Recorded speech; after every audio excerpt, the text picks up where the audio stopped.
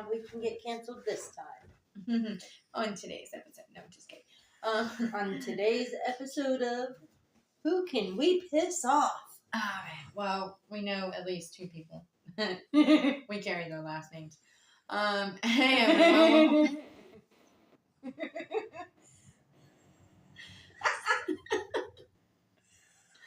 Okay. Hey everyone. Welcome to the shit show. You and I, okay. Okay. Let's do this. Okay. Hey everyone, welcome back to the Deadly Duo Chronicles podcast. I'm Cheyenne. And I'm Heather. And on today's murder menu is... Dean Corll, a.k.a. the Candyman. But first, some trigger warnings. The pervert. Essay and murder. And really graphic, violent language. Viewer discretion is advised.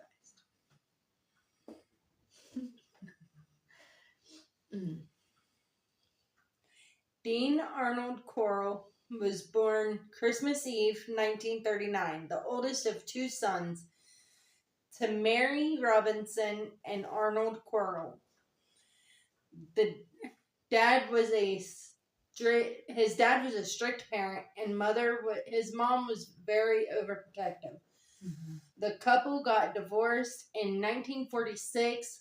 Mary picked up and moved her and the boys to Memphis, Tennessee, so the boys could be close to their father, who was drafted into the Air Force.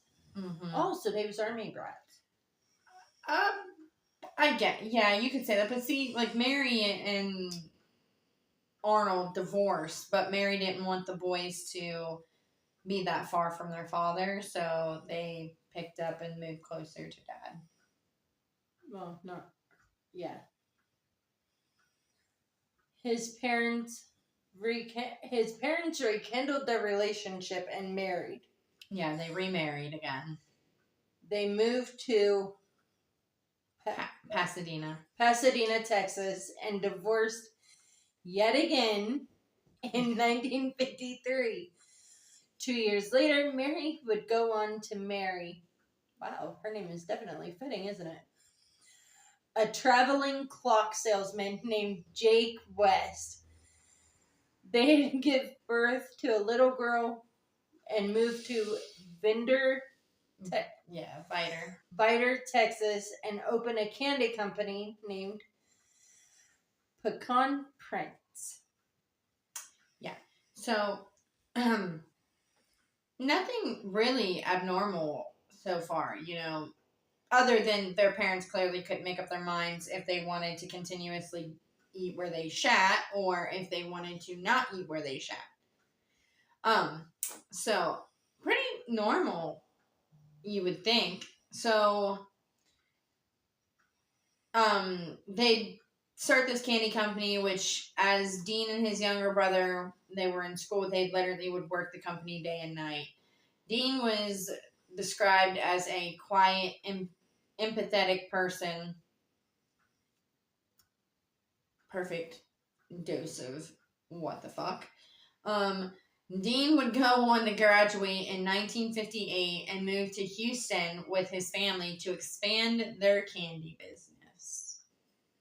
Dean was later drafted in August of 1964 and discharged in 1965. Upon discharge, he came back to work at the candy store in Houston Heights. He gained the name the Candyman because he had a habit of providing candy to the kids in the area. Well, that was kind of his job. So, well, that he was probably getting his rocks off looking at all of them. Touche. Because he had a habit of providing candy to the kids in the area, he also was known to flirt with the young male employees. So it's actually said that his mom fired some of the young employees because they made complaints about Dean's behavior. And it's also said that Dean actually had his first homosexual encounter while he was in the military. But there, once again, that's only speculation. Dean met 12-year-old David Brooks in 1967. David came from a broken home and bounced between his mom and his dad. This is where the part of the story gets, I really don't care for. But, most serial rapists or serial killers prey on young victims. And that's what's happening here. David actually became very attached to Dean, looked up to him as a father figure. He would actually visit Dean often. 2 years into their relationship, Dean actually started to groom David. So basically, he would have David perform not really perform, but go into a sexual relationship with David, in exchange for cash and gifts for oral sex. So he was prostituting himself.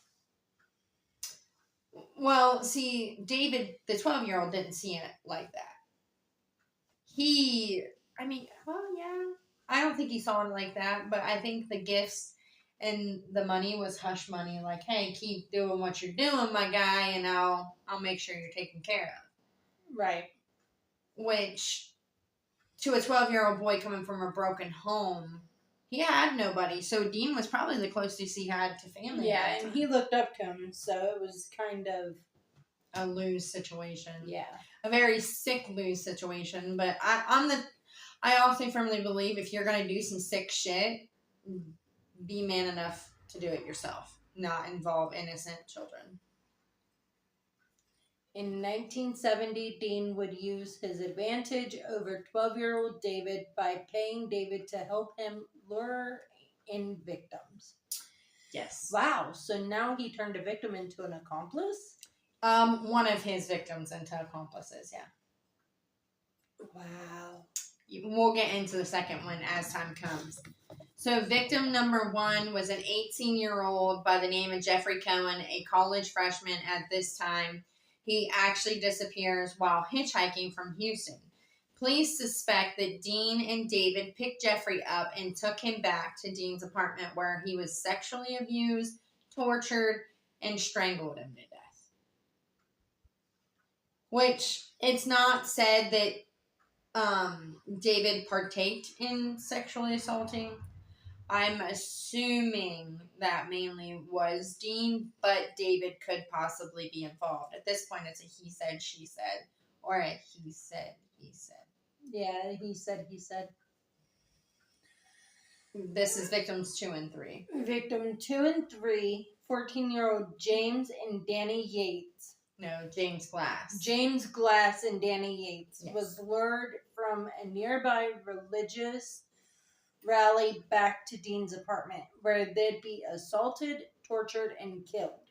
Yeah. On January 30th, 1971, Dean and David kidnapped 15-year-old Donald and 13-year-old Woodrow, yeah. on their way home. And they were sexually assaulted, tortured, and murdered. So, see, he has a pattern. He uses David to connect with the boys, lure them back, and then once they're in the apartment, he can do whatever the hell he wants. But my thing is, if it's an actual apartment, how the hell did his neighbors not know? Well, Jeffrey Dahmer lived in an apartment. Never mind. Yeah. Never mind. In my apartment, like, you can hear everything my neighbors are doing, and I can hear everything my neighbors are doing. I'm glad my neighbors. So, from March to May of 1971, Dean took the lives of Randall Harvey, 13-year-old David Hilling, as well as 16-year-old Gregory Winkle, with the assistance of David Brooks. Unfortunately, no one at this point was off limits to Dean. Dean even went after some of David's friends. 17-year-old Reuben Watson Haney, David lured Reuben back to Dean's apartment under the assumption they were having a party, but he was sexually assaulted and strangled to death. At this point, the kid's liking it too much, apparently. But, I mean, he was sexually abused, so... Yeah. I don't blame David because he was the victim he was such a young age. But had parents been involved where they needed to be, I don't think it would have been David would have been such an easy target. And I mean, yeah, you can feel sorry for him for being a victim. But at some point in time, he got old enough to realize that he could For him away. to become a victimizer, it's a completely... But it's not uncommon when they don't get the help that they need. And he didn't get the help he needed. He kept going back to Dean. Right. And who's to say that they didn't have a sexual relationship even after he matured? Right. It just was never said that they did. In the fall of 1971, David lured two unknown young boys into an apartment where they were held separately for 4 days before they were assaulted, and yet they have not been identified. Yep. Towards the end of 1971, David would introduce Elmer Wayne Hanley to Dean as the next potential victim, but Dean ended up growing a liking to Wayne. Wayne was a 15-year-old high school dropout from a broken home. He has a pattern, with the ones that he likes. The thing is, though, is victims are easier preyed upon at this time from broken homes. Right, because they're, yeah. Yeah. Dean would go on to bring Wayne into the inner circle, offering Wayne paid work to work alongside David. Wow, so now he turned two of them into accomplices. Well, not just yet, but yeah, that's where we're getting. That's what I'm saying. He eventually... Yeah. Wayne declined at first. Wayne was actually friends with a couple of Dean's victims. Yes. Wayne even would go on to help put flyers up, help the families search for their missing boys. Well, Wayne held out for months on Dean's offer, but eventually Wayne would agree to participate in what Dean called a white slavery ring. My question, what I still don't understand is why he caved. Yeah. Something had to have happened to... And that's the thing. Make him cave. But that's the thing. He was putting up flyers and he was friends with the boys. Yeah. Why would he go through all that if he knew who did it?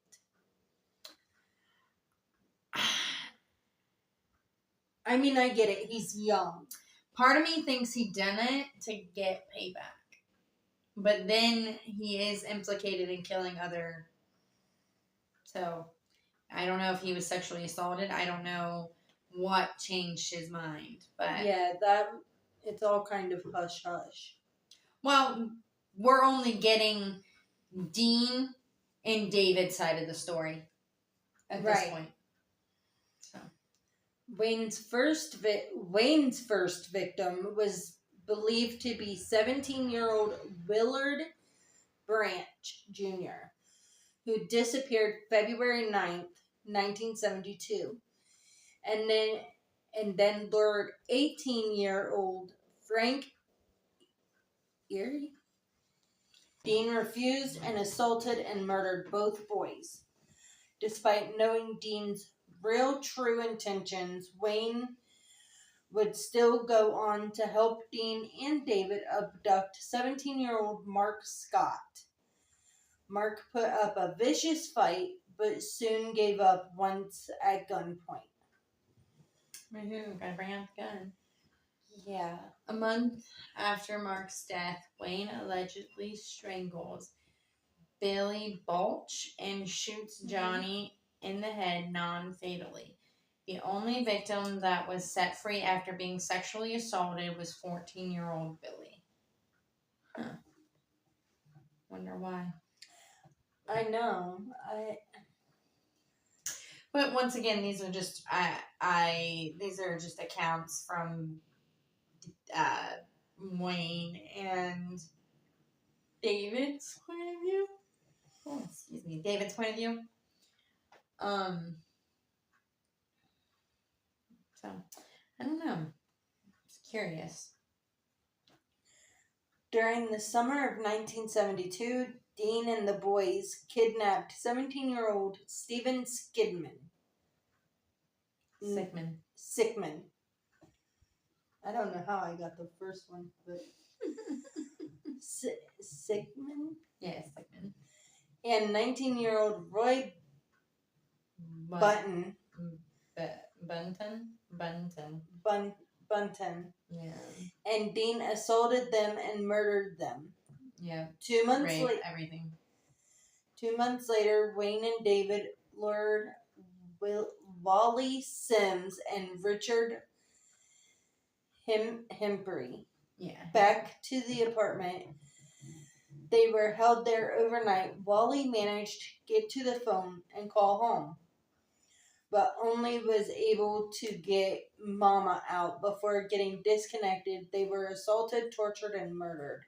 Mm-hmm. Oh my God.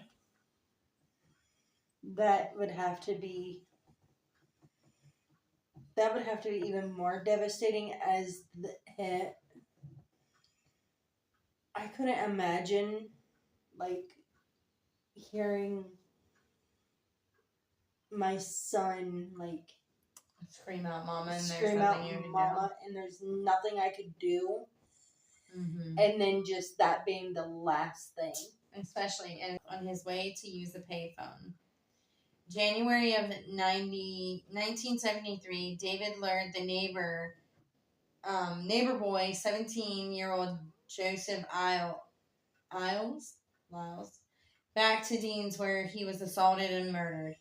There would be a brief pause to the killings because David fell ill and Wayne moved away for a brief time. The killings picked back up after David recovered and Wayne came back. So, from what it sounds like is Dean relied on these boys. Oh yeah, because he was wanting kids around their age. So instead of being last seen with a creepy old dude, they were being last seen with one of the neighbor boys. But you would think that would catch a pattern. They were his essentially they were his wingman. Yeah. MVP. Except it was DDW. Yeah. Or DWD. Anyways. Essentially, yeah, he relied on these boys to get victims. Mm-hmm. Probably because, like you said, he wanted boys around their age. Right. In my opinion, he just couldn't be a man and do it himself. He had to send little boys to do the dirty work. Well, and it doesn't look suspicious. It just looks like a bunch of kids walking together. Don't look suspicious. Don't look suspicious. Oh, God, I'm going to hell. Okay. Lord have mercy. William Ray Lawrence was abducted by Dean and Wayne in June of 1973. He was raped and tortured for 3 days before he was strangled to death. So, see, he liked to keep him alive sometimes. I guess so he could relive his... See, I'm curious as to if these boys are doing more than just helping him get the kids, if they're participating in it. See, part of me feels like because what are they? I mean, essentially, what are they getting out of any of this? I have no idea, honestly. I really don't. Does he have something over them? Well, he really doesn't, but he's had David since he was 12. I mean, is he using that if you don't help me, I'm gonna kill, like, your family? But I mean, they're both from broken homes, so what good would that threat do? Here's the thing. They're both from broken homes, probably didn't have the best relationship with their father, so about the closest father figure they had was Dean, and figured if they ran away or stopped helping him or turned him in, who was going to love him then? Yeah. So there's always that. 2 weeks later, Ray Blackburn, a married man and father, was hitchhiking when he disappeared. He was tortured, assaulted, murdered, and in July, Wayne met 15-year-old Homer Garcia at a driver's education school. He was lured back to Dean's apartment, where he was shot and left to bleed to death in Dean's bathtub. So, I mean, you would think they would hear gunshots. That's what I don't understand. Maybe they used a pillow or potato. Yeah. Dean's last 5 victims all fell into a 3-week period. 17-year-old John Sellers, 15-year-old Michael Balch, the older brother of former victim Billy Balch. Yeah, so, like, they kept it in the family on that one. He must have really liked...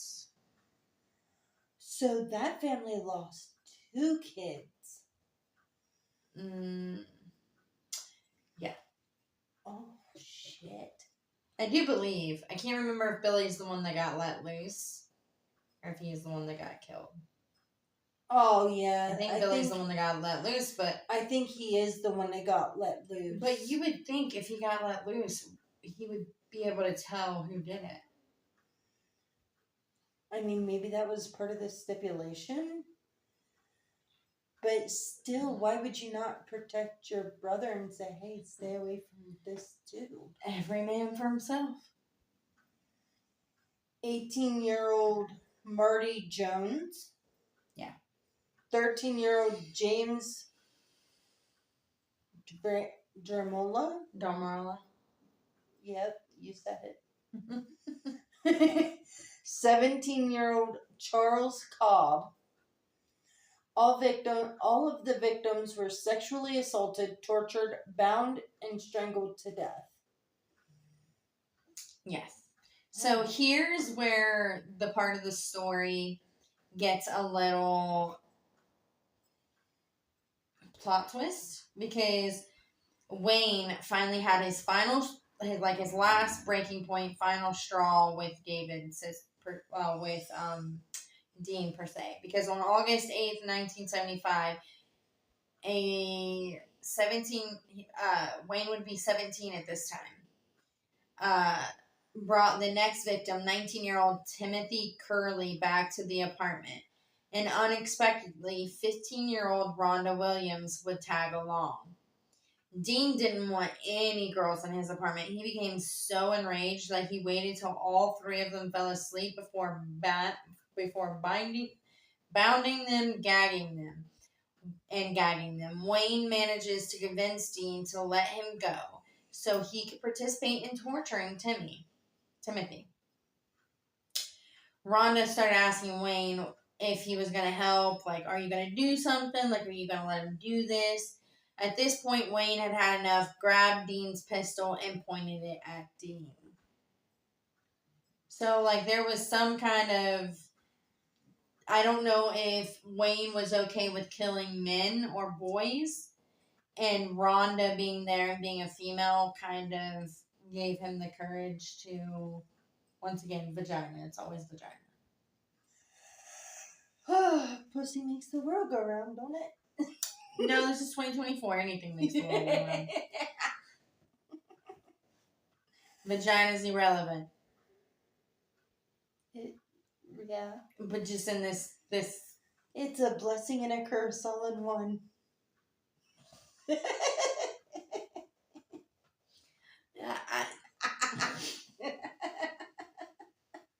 It's It's 2024.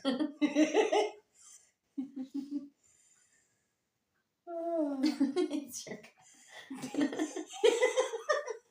Dean kept antagonizing him, telling Wayne he wouldn't do it. Wayne fired 6 shots, 1 in the forehead, 2 in the shoulder, and 3 more times as he slid down the wall in the hallway. Dean was dead. Yeah, so he fucked Dean. around and found out. Yeah, he fucking was like, you won't do it? And Wayne's like, bet, motherfucker. Boom. So there was a breaking point. So Wayne, I don't know if he really... Wayne enjoyed it at some point. Or was it for the money? I don't know, because he ended up killing him. David didn't. Wayne did. But David had more of a sexual connection with Dean more than Wayne. Wayne was arrested. While in custody, Wayne detailed the accounts and how he and David Brooks assisted Dean in raping, assaulting, and torturing and murdering the boys. So he says they helped. And also helped Dean dispose of bodies. Upon the search of Dean's home, they found plywood. They found a plywood torture board, as well as sex toys, handcuffs, a large knife as well. Dean's van also contained rope, hooks, and a wooden crate with air holes. A second crate was found in Dean's backyard along with another torture board. So, he literally, just straight... Like a torture rack? No, like a board. It was plywood, but it had, not handcuffs, where he handcuffed the boys. Gotcha. More what are those, not torture chambers, but where you go to submissives and dominants, and how they have the wall and you can get tied up. Oh. But it was on plywood. That came out really wrong.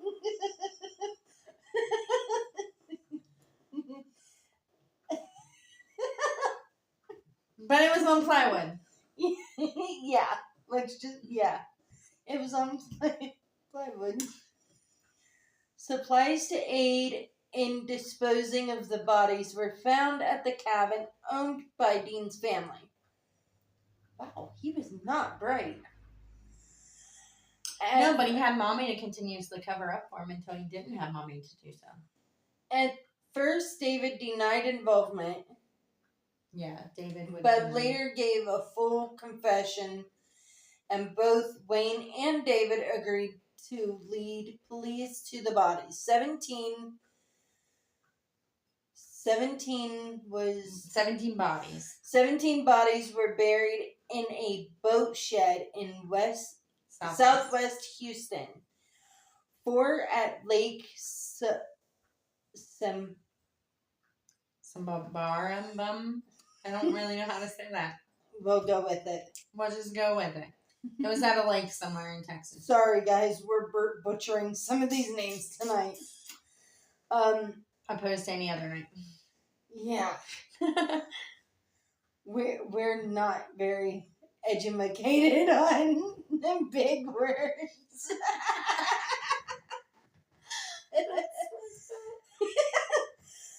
Just go with it.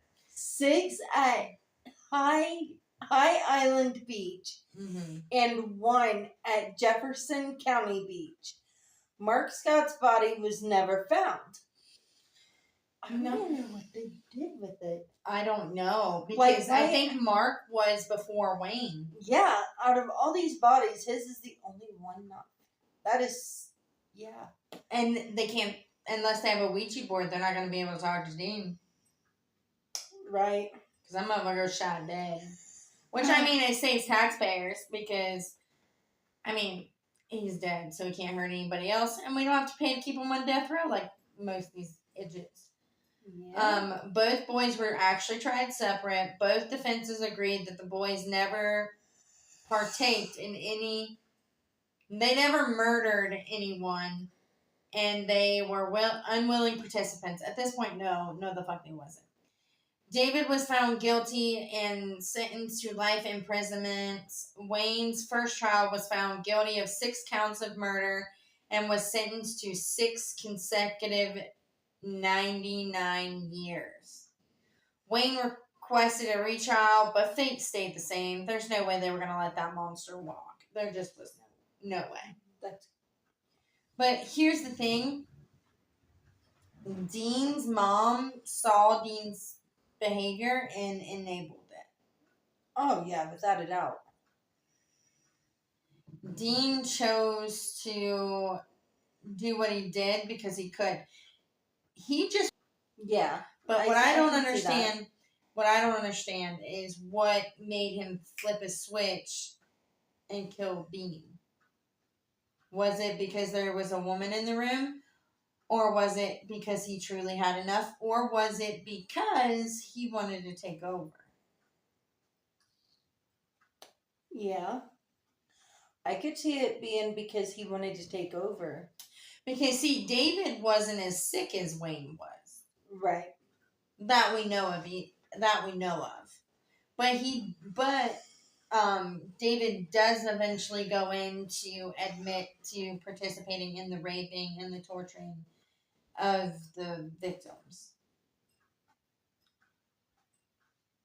But Dean got a hold of David when he was 12. So, I mean, he had 2 years to groom him and mold him into whatever he wanted at that point.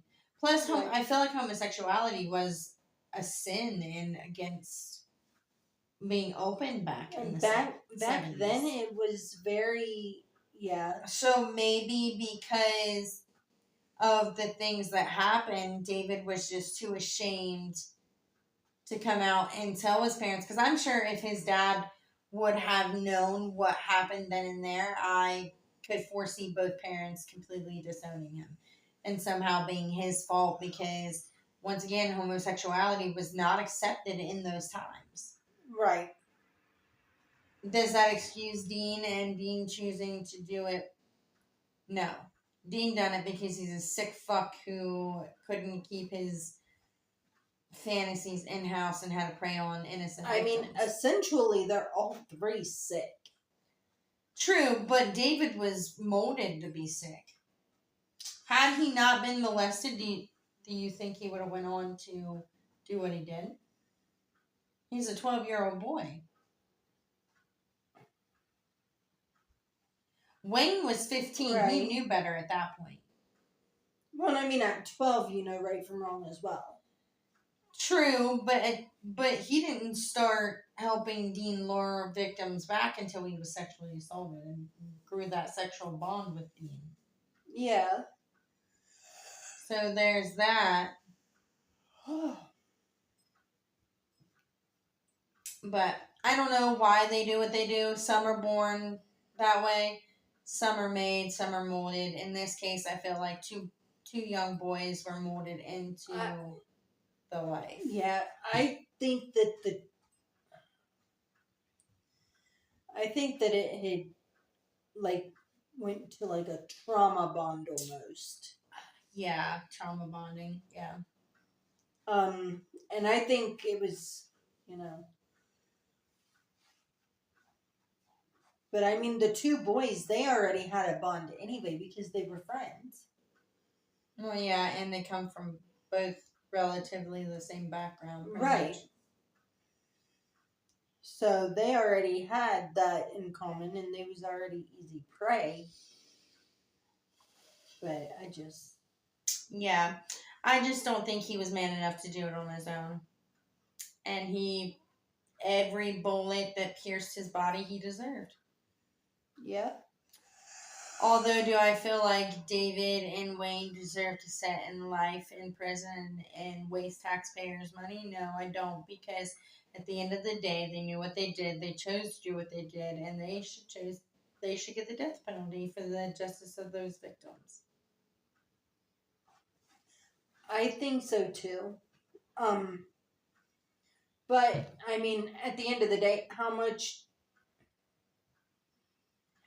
were they actually involved in the murder? Like, you know what I mean?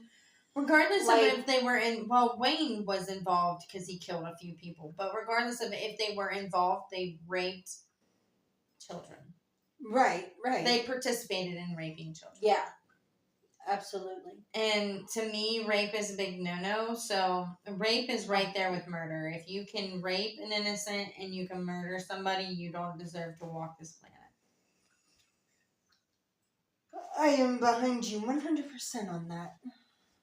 But I would have to say, before accusing somebody, evidence beyond a shadow of a reasonable doubt is qualified. But right here, there's just no getting out of it. No. At all. So, but once again, when mommies enable bad behavior, they get monsters or drug addicts. Mm-hmm. In this case, mommy created a serial killer and rapist because instead of stopping it at the seed, she let it bloom and blossom. So that is going to be a wrap on this week's episode. Once again, I'm Cheyenne. And I'm Heather. Make sure y'all hit the like and subscribe button. And we are also over on Spotify if you guys want to go share some love and support. Thanks for watching. Good Sunday. Bye.